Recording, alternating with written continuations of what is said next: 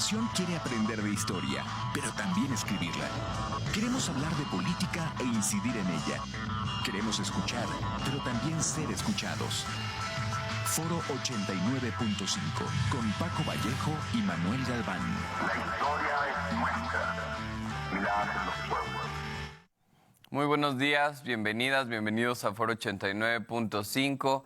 Esta mañana del 24 de agosto del 2023, como siempre, un gusto llevar una emisión más de su programa y hacer la invitación para que participen con nosotros como cada jueves, recordando que sus comentarios y mensajes pues siempre enriquecen el programa. Pues muy bien, el día de hoy tenemos un programa también muy interesante. Antes le doy la bienvenida a Manu. ¿Cómo estás? Buenos días, Manu. ¿Qué tal, Paco? Muy buenos días. Saludos a ti y a todo el auditorio. Gracias, Manu. Pues, bueno, los teléfonos en cabina, a ver si ahorita nos los pueden compartir. Por favor, aquí están, 4421-9212-93 y también al 4421-9212-00 con la extensión 37120. Y el número de WhatsApp en un momento más lo compartimos. Aquí está el 4422-498788. Si llegan sus mensajes antes de que termine el programa, con mucho gusto les damos lectura. Y si no, empezamos con estos mensajes la siguiente semana. Manu, ¿cómo estás? Perdón. Sí, muy bien, muchas gracias. Y qué bueno que nos acompañen hoy en el auditorio para reflexionar y hacer por ahí un análisis respecto a estos nuevos datos que nos acaba de proporcionar Coneval, en suma con el INEGI. Así es, ya tenemos ganas de abordar este tema, pero queríamos estudiar bien para pues dar un panorama completo de estos datos que bien comentas de la Coneval, del Consejo Nacional de Evaluación de las Políticas de Desarrollo Social, que desde los 90, inicios de los 90, empieza a evaluar precisamente las políticas para tener un parámetro de cómo va subiendo o disminuyendo la pobreza y pobreza extrema en nuestro país. Así es que, pues bueno, hay datos bastante interesantes, ¿no, Manu? A pesar de que México vivió pues la crisis debido a la pandemia, de la situación mundial también por la invasión de Rusia hacia Ucrania y todo lo que conllevó económicamente, pues salen datos que pues económicamente son muy esperanzadores para nuestro país, ¿no? De haber logrado disminuir en 5.6% la pobreza, es decir, pasamos de 41.9 a 36.3% de pobreza, lo cual implica una disminución de 5 millones de personas, y si consideramos un poquito más atrás, estamos hablando de una disminución de 9 millones de personas que salen de la pobreza, ¿no? Sí, un dato interesante y que vale la pena platicar independientemente de qué partido político es el que gobierne. Creo que si y las políticas públicas y las acciones como tal benefician a que el país sea más justo y mínimo reducir esta situación otro dato también, a esto que comentas, el 5.6%, perdón, 5.6 millones de mexicanos que dejan de estar en pobreza, significando ese respectivo porcentaje de que teníamos de 41.9 a 36.3, que todavía es alto, pero el hecho de que se reduzca en 2 años, con esto que acabas de comentar de saliendo de una pandemia, usualmente una crisis, que nos llevó a una crisis económica, y que esas crisis tardan a veces hasta más de 2, 3 sexenios en regresar al punto en el cual estaba creciendo. Creo que es sumamente importante y es de analizar, de compartir las causas y de ver la multidimensionalidad que tiene las políticas públicas, porque no siempre se le van a vincular a un elemento en particular, ¿no? Al día de hoy, Coneval como tal, recordemos, ¿qué es el Coneval? El Coneval es esta institución que nace en 1992 con un solo objetivo: medir el nivel de pobreza que tiene el país. ¿Cómo lo mide? A partir de los datos estadísticos que cada 2 años va levantando el INEGI. Entonces el INEGI recoge los datos, el Coneval los analiza y comparte directamente. Ahora, esas dos instituciones es bien importante comentar que son instituciones autónomas. No es que es un dato que haya compartido la Secretaría de Gobernación o directamente una institución vinculada al gobierno federal. Son instituciones autónomas y se rigen por sí solas. Por lo tanto, es un doble elemento para analizar y compartir. Sí, así de legitimidad. Bueno, también es como para ampliar un poquito la información que vamos a compartir, pues definir qué es la pobreza. Cuando hablamos de pobreza es cuando no hay ingresos suficientes para satisfacer las necesidades. ¿Y cuáles son estos rubros? Pues el rezago educativo, la falta de acceso a la salud, la falta de seguridad social. Un espacio de vivienda también sería un punto ahí a considerar, los servicios básicos y la alimentación nutritiva. Si hay una carencia de uno de estos 6 elementos que comenté, perdón, se entra en el rubro de pobreza. Si hay 3 elementos de los que se comentó, hay ausencia de 3 de esos puntos, entonces estamos hablando de pobreza extrema. ¿Ok? Sí, que también vale la pena mencionar esa diferencia entre uno y otro. Y también los datos son tristes. Si tenemos el día de hoy ya 36.3% de gente en pobreza multidimensional, que es como le llaman, con todos esos elementos que acabas de comentar, habiendo la ausencia de uno de ellos, ya es una situación de pobreza. Pero cuando se suman esos 3, ya estamos en la pobreza extrema. Y en ese en promedio tenemos como un 10%, ¿no? de población. Un 10% que también, bueno, ahí viendo los porcentajes y el movimiento de lo que veíamos de la disminución de la pobreza, hay que comentar que la pobreza extrema en realidad esa sí disminuye muy poco, solamente disminuyó 1.4%, lo cual pues nos habla de que, bueno, la asistencia a los grupos todavía más vulnerables de nuestro país pues sigue requiriendo de mayor apoyo. Sin embargo, pues bueno, hablar de estas cantidades de millones de mexicanos saliendo de la pobreza sigue siendo pues datos que pues sí son muy positivos, ¿no? Hay que hablar ahí que tiene que ver pues varios elementos de los cuales se han llevado a cabo por parte del gobierno. Estamos hablando de la política laboral, ¿no? El aumento de los salarios, las leyes que se hicieron en contra del outsourcing también deben de estar influyendo. Podemos hablar de la política social, lo cual pues se aumentaron los recursos destinados a los proyectos sociales y también la orientación social que definen los proyectos, ¿no? Estamos hablando de los adultos mayores, estamos hablando de las becas a los jóvenes estudiantes, en general sectores que son muy vulnerables, y la política de desarrollo territorial creo que también debe de mencionarse porque el hecho de que se haya enfocado gran parte de la inversión de los grandes proyectos incluso de este gobierno han sido en el sur, donde estamos hablando de los grandes porcentajes de pobreza de nuestro país, ¿no? Entonces creo Sí. que es todo eso sumado, de alguna forma influyó para que pues se dieran esos resultados. Sí, y fíjate que este análisis que partimos a partir de lo que publica Gerardo Esquivel, uno de los economistas y ex subgobernador del Banco de México, él hace otro artículo en el mes pasado y el artículo lo titula México menos desigual. Eh, con el objetivo de marcar con claridad que desde 2018 al día de hoy hay una diferencia de la desigualdad a nivel nacional. Y da el siguiente dato así de forma rápida. Comenta que directamente un capitalino como tal tiene tres veces más rico en correlación a un chiapaneco. Y ya para este año, haciendo el análisis, es solamente 2.2. Por lo tanto, disminuye la brecha de desigualdad entre lo que sería la capital, la entidad más rica por persona per cápita, en correlación a Chiapas, que es el estado más rezagado. Entonces, eso también es significativo, ya que se reduce las diferencias de desigualdad entre diferente población. Así es, siguiendo con estos datos que compartes, por ejemplo, también esto que demuestra cómo se han venido disminuyendo la desigualdad incluso entre entidades. En Baja California Sur, por ejemplo, la pobreza estaba en 18.6% y en Chiapas 78% de pobreza. Es decir, solamente 22 personas cumplían con los requisitos para no caer en una categoría de pobreza. Y si vemos ahí la brecha entre un estado y otro, estamos hablando de 60 puntos porcentuales.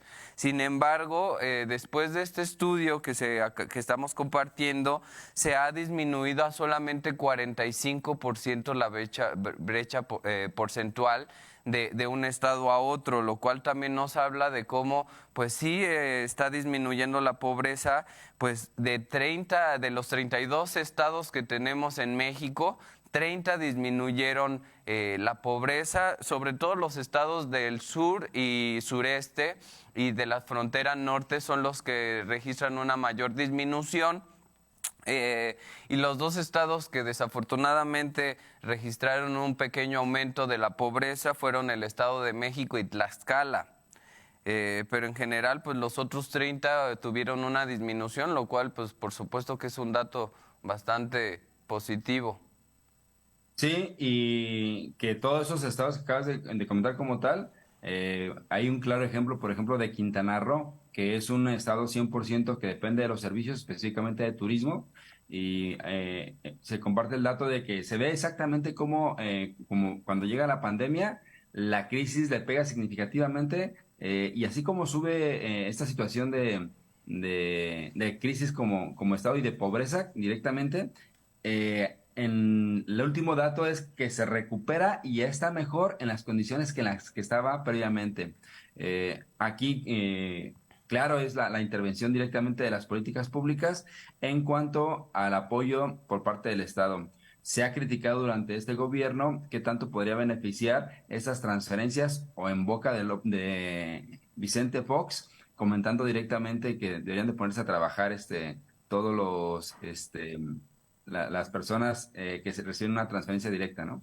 Así es, y bueno, en ese sentido de cómo se da esta recuperación, pues muy pronto, estamos hablando de 2 años. Si comparamos las últimas 2 crisis de nuestro país, creo que es muy enriquecedor. Por ejemplo, si hablamos de la crisis del 94-95, hablamos de la crisis mundial del 2008-2009, podemos ver datos muy interesantes. Por ejemplo, la caída del PIB en la crisis del 94-95 fue de 6.3%. En el 2008 la caída del PIB fue de 5.3%, y ahora en la última crisis que nos golpeó en el 2020 estamos hablando de menos 8%, es decir, fue una caída económica mucho más severa que en el 2004 y 2008. Sin embargo, si vemos el aumento de la pobreza en cada uno de estos 3 escenarios, en el 94-95, de hecho, del 95 al 96 se aumentó en 16% la pobreza de nuestro país. Si hablamos del 2008, 2009, vemos un aumento de 9% de la pobreza. Esto no fue tan abrupto, sino que fue más o menos un aumento paulatino del 2008 al 2014. 6 años en los cuales estuvo subiendo poco a poco la pobreza hasta llegar a este 9% que comento. Y ahora, en el 2020, vimos que la caída de la pobreza fue mucho más tenue, no alcanzó estos porcentajes, y además en 2 años se recupera, como comentas, pero no solamente se recupera a los mismos niveles previos a la crisis, sino que se ha logrado incluso superar la disminución a la pobreza antes de la pandemia, lo cual pues nos habla que esta política también de primero los pobres, que ha sido criticada y de alguna forma cuestionada muy fuertemente, pues de alguna forma dio resultados, sobre todo pensando en que estuvo llegando a las casas más pobres un incentivo, sobre todo estos apoyos que afortunadamente han llegado a la mayoría de las familias del país. Sí, sin lugar a dudas, este porcentaje que se ha compartido en su momento de que una gran cantidad de familias mexicanas están recibiendo un apoyo directamente por parte del Estado por alguno de los diferentes programas, desde Sembrando Vida, ya comentabas las becas, Benito Juárez, o lo que sería directamente la pensión de adultos mayores. Eso ha logrado que se blinde directamente a la población más vulnerable ante estas situaciones. Algo que no sucedía en cuanto a las otras crisis que acabas de comentar, que eran las primeras acciones, directamente inyectarle recursos a las empresas para evitar que cayeran en crisis o que desaparecieran. Y con la esperanza, bajo el modelo neoliberal, que ese dinero que se inyectaba a las empresas cascadeara y cayera directamente a la población y a los trabajadores. Algo que técnicamente no pasó y hay la evidencia de 4 décadas para México, este modelo no funcionó.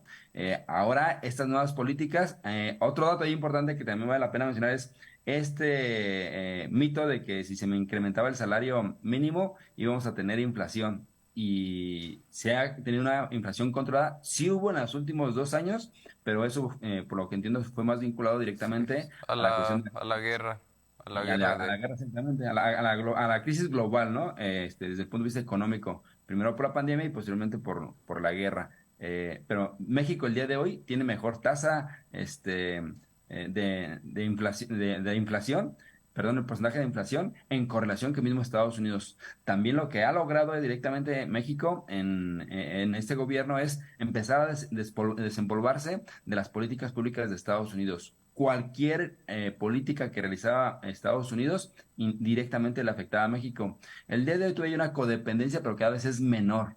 México empieza a expresar autonomía en su economía, y un claro ejemplo es esto de la inflación. Es mucho menor que a la que sigue teniendo Estados Unidos. Así es, voy a leer un mensaje que llegó Manu. Dice, referente al tema del maestro Paco y Manu, les envío un saludo.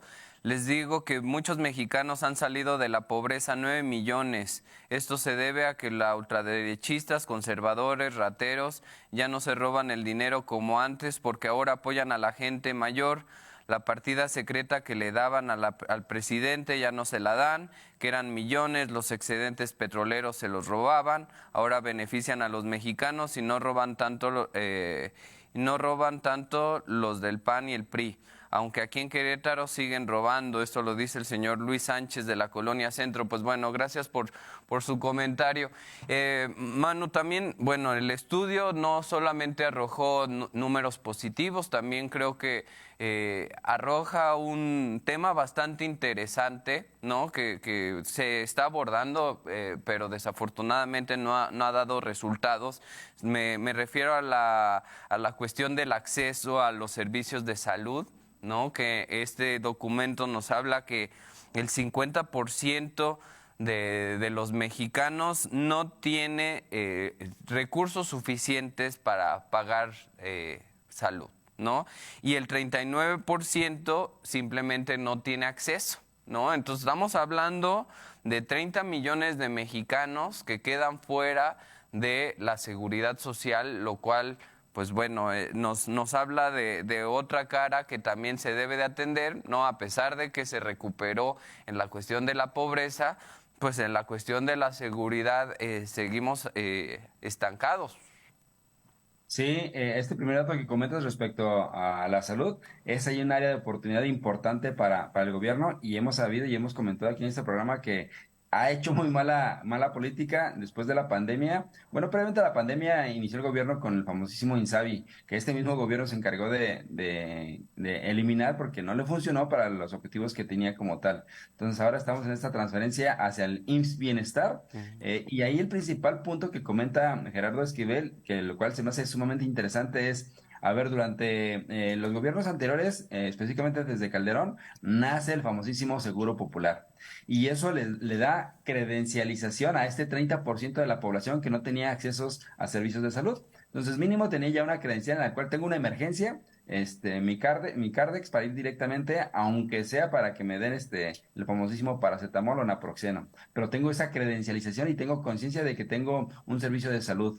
El día de hoy, debido a que se eliminó esa política como tal, toda esa cantidad, ese 30 millones de mexicanos se quedaron sin credencialización. No hay un programa, no hay directamente con el cual se pudieran vincular, aunque directamente, si van al centro de salud, deben de poder atenderlos. Entonces, creo que ahí hay una situación, y esta comenta Gerardo Esquiveles, de difusión. La forma en la cual se ha comunicado que la gente puede continuar con sus servicios de salud, en lo que concluye este proceso de migración o de universalización de salud, que es la política que aparentemente se está buscando, ahí hay esa ausencia y la gente, pues sí, el día de hoy no tiene cómo identificarse y decir, pues, sigo siendo mexicano y quiero salud. Entonces ahí la área de oportunidad es difusión y comunicar de forma correcta, y segundo, una nueva credencialización para todo este porcentaje de población que tenía previamente seguro popular y ahora está sin ningún acceso a la salud. Sí, porque esto que comentas, pues muestra cómo los números pues no favorecen, ¿no? En el 2006, 15% de la población no tenía acceso a la salud o no tenía una credencial, como comentas. En el 2018, 16.2%, pero para el 2020 da un brinco ya del 28.2%, y actualmente en el 2023 estamos hablando del 39%. Entonces, pues bueno, sí es un tema que definitivamente se tiene que empezar a atender. Bueno, que como bien comentas, estamos viviendo la transición ahora al IMSS Bienestar, que pues bueno, se le está apostando fuertemente. Todavía queda año y medio prácticamente para ver los resultados. Para un problema tan grave y tan profundo pareciera que es corto, y en este sentido también pues algunos datos que nos pueden mostrar como por dónde se podría avanzar. Actualmente se destina el 2.5% del PIB precisamente a lo que es la salud, cuando a nivel internacional organizaciones recomiendan que el 6% sea el que se tenga que destinar precisamente a la salud. Entonces estamos hablando de 3.5% todavía a distancia de lo recomendado, lo cual pues de alguna forma pues nos muestra lo que está sucediendo. Sí, y ahí viene con lo cual van a estar las respectivas campañas para el siguiente gobierno que llegue al poder. Ya estamos, como bien comentas, a menos de un año de las elecciones y a unos 14 meses en promedio de que se tome posesión el siguiente presidente o presidenta de la República. Y creo que sobre todo las políticas hacia el sector salud y sector seguridad van a ser ahí importante para estarlas analizando, y claro que van a estar en la agenda con cada uno de los diferentes candidatas que se postulen. Así es, pues prácticamente se nos está acabando el programa. Manu, ¿algo con lo que quieras cerrar? Nada más, creo que sí es importante para propios y extraños comentar y revisar este porcentaje de población, ¿no? O sea, 5.6 millones de mexicanos que dejan la pobreza, creo que es algo sumamente relevante y es para comentarlo y compartirlo. Sigue estando, retomamos todo el punto de el área de oportunidad, sobre todo en la pobreza extrema, fue muy poco lo que se redujo. Sí. Y creo que es ahí donde también se deben de concentrar mejores políticas públicas, porque si hay pobreza, la pobreza extrema es una situación más vulnerable directamente para los mexicanos. Así es, pues bueno, queremos agradecer como cada jueves su presencia. A ver, creo que llega acá. Dice, antes, Alberto Alcocer nos dice, volvemos a las dádivas del PRI, las raíces del presidente son priistas, este cuate está acostumbrado a dar dádivas y requiere de una economía donde no dependa de estas. Bueno, pues agradecer a Alberto Alcocer por su comentario. Pues bueno, si no fuera por estas políticas, Manu, difícilmente se hubieran dado estos resultados también de disminuir la pobreza. Entonces, bueno, tenemos por ahí dos escenarios y dos situaciones que, como podemos ver, también están dentro de la sociedad. Bueno, queremos agradecer como cada jueves su presencia, invitarlos a que nos vean, nos escuchan los jueves a las 9 de la mañana. También pueden ver nuestras repeticiones por YouTube como Foro 89.5. Y pues bueno, esperemos seguir trayendo temas de su interés. Hasta la próxima. Hasta la próxima, saludos a todo el auditorio. Nuestra generación quiere aprender de historia, pero también escribirla. Queremos hablar de política e incidir en ella. Queremos escuchar, pero también ser escuchados. Foro 89.5 con Paco Vallejo y Manuel Galván. La historia es nuestra y la hacen los pueblos.